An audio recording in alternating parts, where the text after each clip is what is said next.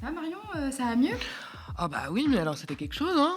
Et la fièvre, je sais pas toi, mais alors moi ça me fait halluciner, j'ai fait des rêves de fou. Il y avait une grève à CNews avec Pascal Praud qui était là, il haranguait la foule avec un mégaphone, il voulait absolument du nager dans la cantoche, enfin c'était quelque chose. Et alors Laurence Ferrari qui poussait les poubelles, aidée par une ribambelle de stagiaires qu'on avait ressortis des sous-sols du coup.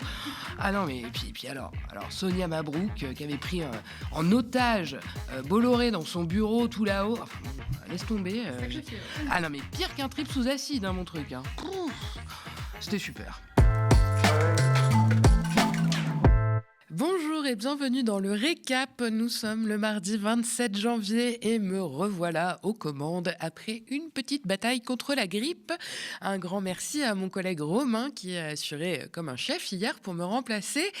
Ah là là, la camaraderie au travail, c'est précieux, n'est-ce pas? On s'en rend compte surtout quand on en manque. Hein? Jean-Marc Morandini. Bah oui, l'ambiance, elle n'est pas vraiment à la fête chez Téléfacho depuis quelques jours. Il semblerait que la décision de la direction de maintenir à l'antenne le vieil animateur libidineux condamné définitivement pour corruption de mineurs ne mette pas vraiment tout le monde très à l'aise. Encore heureux, si vous voulez mon avis. Je rappelle à toutes fins utiles que le vieux bonhomme est un délinquant sexuel notoire et qu'il s'en prend notamment à des mineurs. Alors j'ai déjà consacré un épisode entier du récap à son pédigré judiciaire. N'hésitez pas à le revisionner pour vous mettre à jour. Mais alors jusqu'ici, tout le monde chez CNews avait fait plutôt au profil bas après la décision assumée de la chaîne de continuer à collaborer avec ce gros pervers pédocriminel. Mais il semblerait que la crise couve bel et bien chez CNews. La première à sortir du bois n'est autre que Sonia Mabrouk, la star de l'émission Midi News. Bon, alors ne vous méprenez pas, hein, elle n'a pas pris l'initiative toute seule, faut pas pousser non plus, on est sur CNews. La liberté d'expression chez eux, c'est à géométrie très variable, surtout quand il s'agit de contester les grands patrons. En l'occurrence, on doit sa prise de position au député Jérôme Guedj, l'invité de son émission, qui l'a mise au pied du mur. Enfin, au pied du mur, on se comprend. C'est lui qui a posé une question très gentiment. Je résiste d'ailleurs pas à l'envie de vous la faire écouter en entier. C'est un peu long, je vous préviens. Vous savez, je viens avec plaisir sur votre antenne à chaque fois parce que même si je suis pas d'accord avec tout ce qui peut s'y dire ici, toujours. Moi je suis, comme je viens de vous le dire, un partisan du débat, de la dispute apaisée. Mais aujourd'hui, parce qu'on parle d'audiovisuel public, je vais vous parler d'audiovisuel privé. Et je veux, pardon, dans une inversion des rôles, et vous me direz ce que vous en pensez, mais vous poser une question à vous. Comment est-ce que aujourd'hui, vous vivez le fait que Jean-Marc Morandini soit maintenu sur l'antenne de votre groupe, alors même qu'au nom de l'exemplarité nécessaire, vous aviez dit, les dirigeants de ce groupe dans le passé, que le jour où la condamnation définitive serait prononcée, et ça a été le cas pour un motif qui était important en termes de valeurs, en termes de principes, la corruption de mineurs. Et donc, vous voyez, moi, je n'aime pas les gens qui, à la fois, peuvent dire on est donneur de leçons, et donc je suis heureux, ou en tous les cas intéressé, de savoir quelle est la position d'une femme libre comme vous, face à quelque chose qui, en termes de valeurs, doit forcément interroger. Ah bah, je vous avais dit que ça valait le coup d'écouter la question. Guedj a ciré les pompes de toute la rédaction de CNews avant même d'oser poser la question qui gratte un peu. Alors, on rappelle que Jérôme Guedj est un député socialiste et que CNews a une ligne éditoriale ancrée à l'extrême droite. C'est censé être tout ce qu'il combat, mais non, c'est super. On adore y venir parce qu'on peut débattre. c'est formidable. Il est plus dur avec son jugement, avec certains partis de gauche, si vous voyez de qui je veux parler. Bref, on passe à la réponse de Sonia Mabrouk. Je voudrais d'abord dire, et je ne vais pas me défausser, que la décision de maintenir Jean-Marc Morandini, c'est une décision qui ne m'appartient pas. C'est la direction de CNews qui a assumé cette décision par fidélité, semble-t-il, à son égard. Vous parlez d'une femme libre. Moi, j'ai beaucoup de respect pour ma direction, pour ma hiérarchie. Mais en aucun cas, ça ne vaut de cautionner cela. En aucun cas, c'est une complaisance morale par rapport à ce dont nous parlons et qui est d'une gravité réelle. Ça a été jugé par la justice française. Il reste la justice européenne. Je ne vais pas me substituer à la justice. Je voudrais simplement dire qu'il n'a pas été condamné pour ne plus exercer sa profession sur CNews. Mais puisque vous m'interpellez, moi, CNews, c'est ma chaîne de cœur. Je vous remercie de venir, mais c'est ma chaîne de cœur. Et vous savez, je vais vous le dire avec le cœur. Je suis une femme libre, moi je suis une citoyenne, je suis une mère de famille. Et je suis personnellement engagée dans la lutte contre les violences sexuelles et sexistes. Je pense ce matin, et comme vous, et avec vous, aux victimes, quelles qu'elles soient, et aux victimes les plus jeunes. Je pense aux mineurs. On ne peut pas nous faire ce procès, on ne peut pas me faire ce procès. Je vais vous dire, Jérôme Guedj, vous êtes père de famille, je suis mère de famille. Je suis mère d'une petite fille. Je vais être mère d'un petit garçon dans quelques semaines et dans quelques mois. Moi, les seules valeurs, quelles que soient nos différences, quelles que soient les convictions politiques qu'on nous prête, les seules valeurs sont les valeurs de respect de chacun, de la dignité de chaque personne. Et je le dis droit dans les yeux, vraiment, de la sanctuarisation de l'intégrité physique et morale de chacun. Ça, c'est pas négociable. Ça, c'est pas à géométrie variable. Ça, c'est ma seule boussole personnelle et professionnelle. Et j'ai la liberté de le dire, comme vous le dites, comme une femme libre, mais aussi parce que CNews, c'est la chaîne de la liberté d'expression et c'est l'expression que je vous donne ce matin. Ah bah alors là, je suis à 2 doigts de lâcher ma larme. Hein. On sent bien que Sonia Mabrouk est coincée entre le marteau et l'enclume. Elle veut dénoncer une décision de la direction d'un côté, mais ménage sa monture de l'autre et donc redouble de compliments à l'égard de cette même direction que l'on sait pour le moins susceptible. D'ailleurs, ça n'a pas loupé. Serge Nedjar, le patron de CNews, n'a pas du tout apprécié cette prise de position. Il est monté sur ses grands chevaux et aurait même réclamé la tête de l'animatrice star. Depuis, les spéculations vont bon train. Encore ce matin sur X, certains affirmaient que Sonia Mabrouk avait été écartée, d'autres qu'elle était simplement en congé maternité. Alors il faut dire qu'un message publié sur son compte X ce mardi 27 au matin a contribué à entretenir les spéculations la concernant.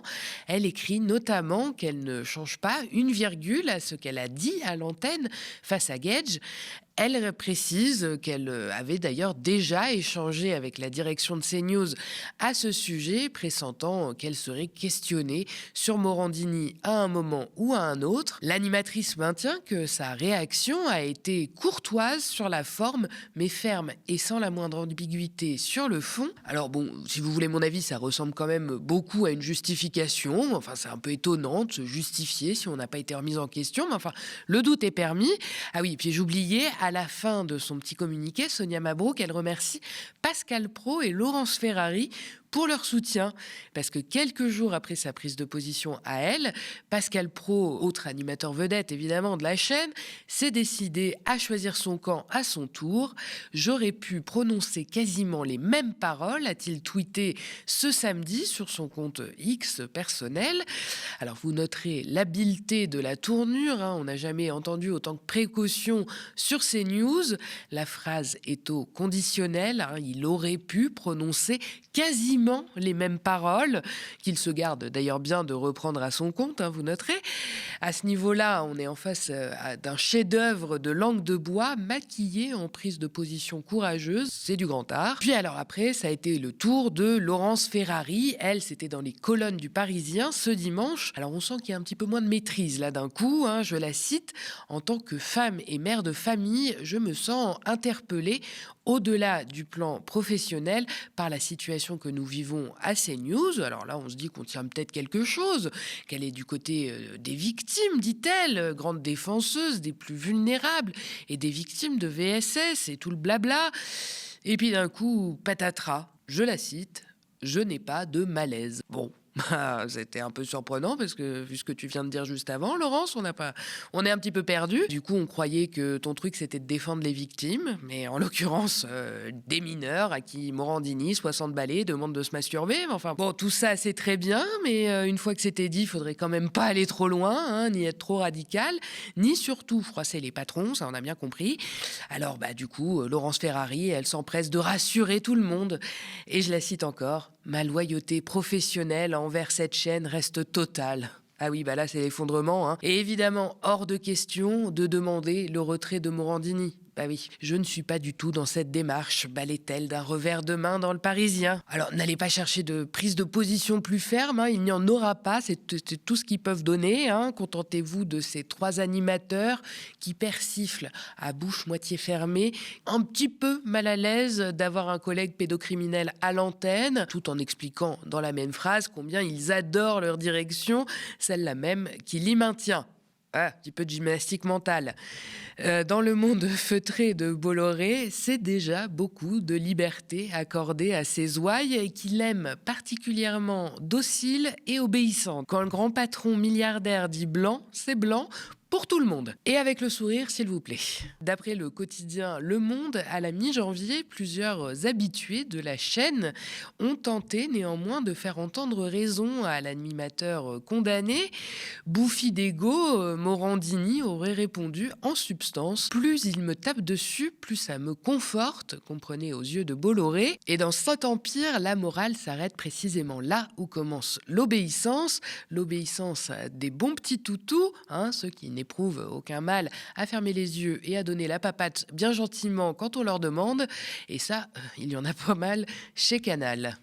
Allez, je vous présente mes invités qui vont m'accompagner en direct jusqu'à midi. Garenne Charoquian, bonjour. Bonjour. Merci d'être avec nous, journaliste et éditorialiste à Frontières. Christine Kelly, bonjour. Moi, bonjour. Journaliste.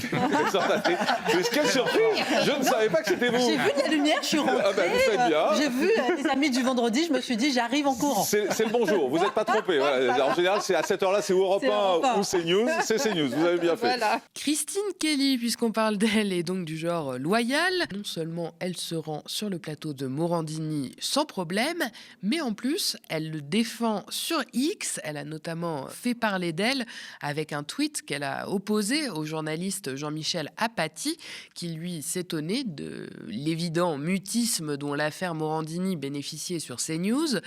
Christine Kelly lui a alors répondu « Occupe-toi de ta famille, pauvre type ». Je vous laisse apprécier le langage. Parmi, évidemment, les toutous de Bolloré et les soutiens de Morandini, on retrouve aussi le RN. Figurez-vous qu'ils étaient les premiers, au lendemain de la condamnation de l'animateur, à se pointer sur son plateau de vieux dégoûtants. Une posture que le député frontiste Julien Audoul a bien eu du mal à justifier. Moi j'observe, parce que moi j'ai aucune, évidemment... j'ai aucune difficulté à condamner un certain nombre de faits. J'ai aucune difficulté à être en soutien à de nombreuses victimes à la fois de violences sexuelles, sexistes. Moi, ce que j'observe, c'est qu'on fait énormément sur le cas de Jean-Marc Morandini. On en fait beaucoup moins sur certains autres journalistes, notamment de gauche. On en fait beaucoup moins sur certains journalistes. Quoi, on en fait trop sur Jean-Marc Morandini ? Je pense qu'il y a une volonté de certains médias de se payer Jean-Marc Morandini, alors qu'ils sont extrêmement complaisants avec d'autres journalistes qui ont eu donc à la fois des comportements, à la fois des déclarations, des prises de position extrêmement contestables et condamnables. Quand je vois les leçons de morale de Mediapart, donc je rappelle que le patron a fait l'apologie du terrorisme et a encensé les terroristes palestiniens de Septembre Noir, je trouve ça extrêmement déplacé. Est-ce que vous retournerez sur le plateau ? Mais encore une fois, c'est pas la question. Non, mais oui ou non ? Mais oui ou non. Ah bah vraiment, le coup de venir attaquer Mediapart pour défendre Morandini, on l'avait pas vu venir. C'est subtil de malhonnêteté. Alors depuis cette séquence affligeante, on peut le dire, Jordan Bardella a sifflé la fin de la récré, discrètement quand même, évidemment. Désormais, d'après des informations du Point, les élus RN sont interdits de Morandini. Voilà, fini de servir la soupe à l'agresseur. Alors ce serait pas bon pour la politique, évidemment. Après, ça se voit un peu trop que l'extrême droite n'en a que faire des violences sexistes et sexuelles ou encore de la protection de l'enfance. Sinon, dans le genre toutou errant, on a Nelson Montfort. Bah oui, vous savez, le vieux commentateur de sport qui parlait anglais un peu comme Macron.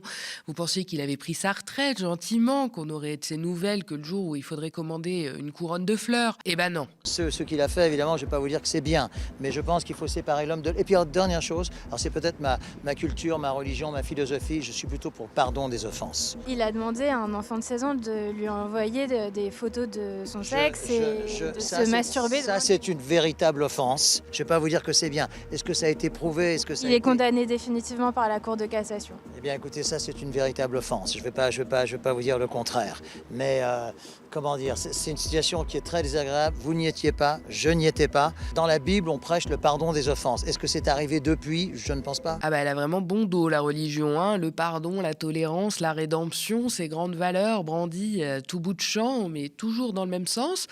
Elles servent uniquement à absoudre les puissants, les proches, les vieux copains, même s'ils abusent de gamins. Mais ce n'est pas de la spiritualité, là, c'est de l'opportunisme moral et rien d'autre.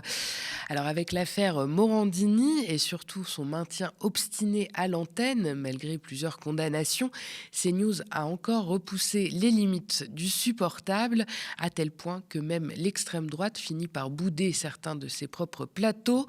Cette crise qui en découle est presque comique. Les animateurs qui se disent mal à l'aise étaient bien silencieux depuis des années, alors que les témoignages sur Morandini s'accumulaient. Les visages stars d'une chaîne réactionnaire sont surpris soudainement que leur patron d'extrême droite, Vincent Bolloré, ne se soucie pas de la protection de l'enfance et la décence de virer Morandini.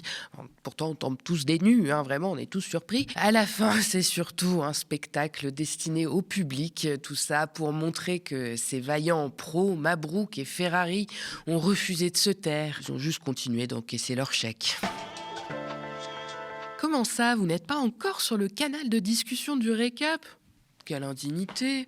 Alors si vous avez envie de poursuivre la discussion, d'évoquer l'actualité, de connaître quelques coulisses de l'émission, ou même de choisir, voire de proposer des sujets, je vous attends sur Instagram. Le lien est en barre d'infos.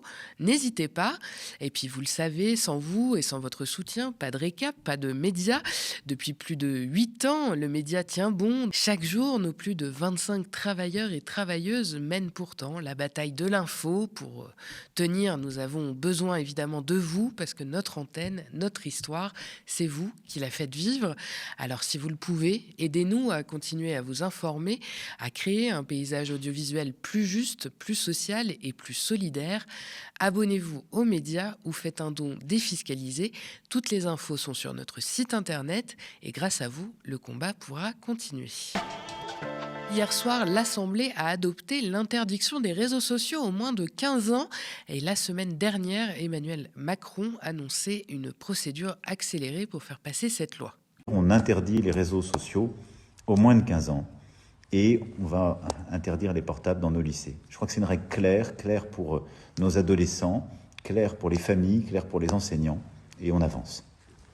Tout ça vient aussi concrétiser un travail que nous menons ensemble depuis plusieurs années. Et je veux t'en remercier, les députés du groupe, Gabriel, et remercier aussi tous nos compagnons de route, toutes ces dernières années, qui ont mené ces combats. Et au fond, c'est un message très clair, très simple, qui est de dire que le cerveau de nos enfants et de nos adolescents n'est pas à vendre. Les émotions de nos enfants et de nos adolescents ne sont pas à vendre ou à manipuler, ni par les plateformes américaines, ni par les algorithmes chinois. Et au fond, c'est un message de protection de nos enfants, et c'est une décision très concrète, et de souveraineté, d'indépendance de la France. Donc j'y crois beaucoup, j'espère que vos travaux pourront être votés lundi, et surtout derrière, je veux te dire que j'ai demandé au gouvernement d'engager la procédure accélérée pour que ça puisse aller le plus vite possible, que ça puisse passer au Sénat, parce que ce que je veux faire, l'engagement que j'ai pris d'ailleurs dans un de mes débats en province avec la presse quotidienne régionale, c'est que ça soit applicable à la rentrée prochaine. Et donc ce qui m'importe, c'est qu'on ait un texte efficace qui corresponde à nos engagements, au combat qu'on a mené en Europe et en France, et qui puisse rentrer dans la vie des familles, de nos adolescents, à partir du 1er septembre prochain. Donc on fonce. Je compte sur vous et je te remercie beaucoup. Eh bien, c'est désormais chose faite. La loi interdit donc l'accès à un service de réseau social aux mineurs de moins de 15 ans, mais exclut l'interdiction de certaines plateformes éducatives et des messageries privées comme WhatsApp. Le deuxième article du texte prévoyait l'interdiction des téléphones portables dans les lycées, comme c'est déjà le cas dans les écoles et les collèges. Il a été réécrit par les députés et prévoit désormais que le règlement intérieur des lycées préconise les lieux et les conditions d'utilisation. L'amendement prévoit que l'utilisation des téléphones soit interdite pendant les cours et dans les couloirs, mais autorisée dans une zone définie de la cour. Seuls les insoumis et 2 élus du groupe écologiste et social ont voté contre cette mesure soutenue par le gouvernement et Emmanuel Macron lui-même. Les insoumis dénoncent un texte peu clair qui ouvre la porte à des contrôles d'identité systématiques sur les réseaux. Déjà, premièrement, si jamais on veut s'intéresser à la question de la santé mentale des jeunes, il ne faut pas seulement s'intéresser à la question des réseaux sociaux, mais si spécifiquement on veut s'intéresser à la question des réseaux sociaux, il ne faut pas uniquement avoir une interdiction, et je vais y revenir après, sans avoir d'accompagnement humain. Or, quand vous voyez le manque d'accompagnement humain, les postes de psy dans l'éducation nationale ou de surveillants qui ont été supprimés, nous on pointe du doigt une forme d'hypocrisie et de demi-mesure de la part du gouvernement. Deuxièmement, on n'est pas certain de la manière avec laquelle ils veulent interdire les réseaux sociaux. Vous avez la méthode à l'australienne, ce qu'ils ont appliqué en Australie, qui globalement ne fonctionne pas, et il y a ce que nous précise le journaliste qui est en plateau, c'est-à-dire vérifier les identités de tout le monde, que tout le monde ait son identité vérifiée pour aller sur les réseaux sociaux. Donc nous seulement quand on voit le manque d'accompagnement humain, la question des libertés fondamentales, la question de l'application concrète, parce que juridiquement et techniquement, il semble y avoir plein d'inconnus. Nous, ce qu'on explique, c'est que c'est davantage une loi de communication qui va mettre des années à s'appliquer, que les plateformes vont essayer de contourner, que les jeunes vont contourner, et à la fin des fins sur la santé mentale des jeunes, on n'aura pas mis les moyens humains pour les accompagner. Nous, on dénonce une opération de communication. Avant l'examen de la loi à l'Assemblée, 9 associations de protection de l'enfance ont appelé les élus à responsabiliser les plateformes plutôt que de bannir les enfants des réseaux sociaux. Reste une question centrale. Comment cette interdiction sera-t-elle appliquée? Le texte du gouvernement prévoit que les plateformes se chargent elles-mêmes des contrôles, un point qui dépendra surtout du cadre légal européen, alors que Gabriel Attal affirme que la mesure pourra s'appliquer dès le 1er septembre prochain. Plusieurs spécialistes du droit européen affirment que ce ne sera pas le cas. Notre-Dame de Bétharram va définitivement fermer. L'établissement catholique est visé par plus de 200 plaintes d'anciens élèves pour des violences physiques et sexuelles. L'annonce a été faite hier en conférence de presse par Pierre-Vincent Guéret, président de la Fédération nationale des organismes de gestion de l'enseignement catholique, et Guillaume Prévost, le secrétaire général de l'enseignement catholique. Nous souhaitons fermer le site. C'est clairement notre objectif, mais nous ne souhaitons pas le faire dans n'importe quelle condition, compte tenu de notre responsabilité vis-à-vis des victimes. Parce qu'il y a des choses qui ne passeront pas, quoi qu'on fasse des murs, vis-à-vis des familles qui continuent à faire confiance à l'établissement et qui doivent tout de suite se voir proposer un projet éducatif correspondant aux besoins de leurs enfants, et vis-à-vis des personnes qui quotidiennement s'engagent pour apporter les réponses dont les enfants ont besoin.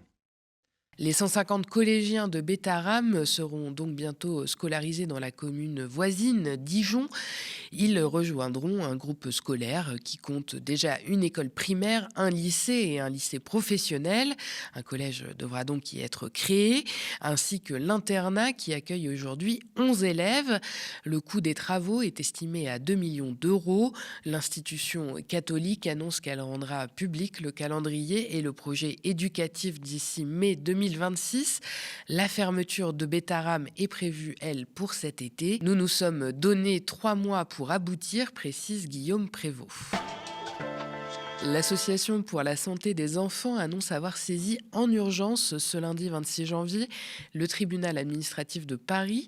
Elle a déposé un référé liberté dans le dossier des laits infantiles contaminés à la céréulide, une toxine bactérienne qui peut provoquer de graves intoxications alimentaires. Plusieurs marques sont concernées, dont Lactalis, Nestlé, Danone, Baby Bio, qui ont retiré des lots du marché. Le collectif réclame des mesures immédiates et contraignantes pour protéger la santé des nourrissons. L'association accuse l'État de défaillance grave dans la gestion de cette crise sanitaire. Elle demande notamment la suspension temporaire des chaînes de production où la bactérie a été détectée. Selon elle, les autorités disposent d'éléments confirmant la présence de céréulides dans des laits commercialisés en France depuis décembre 2025, sans qu'une réponse globale et rapide n'ait été apportée. Dans un communiqué, l'association dénonce des retraits tardifs et incomplets, reposant surtout sur les industriels. Son président, Quentin Guillemin, parle d'une défaillance majeure de l'État.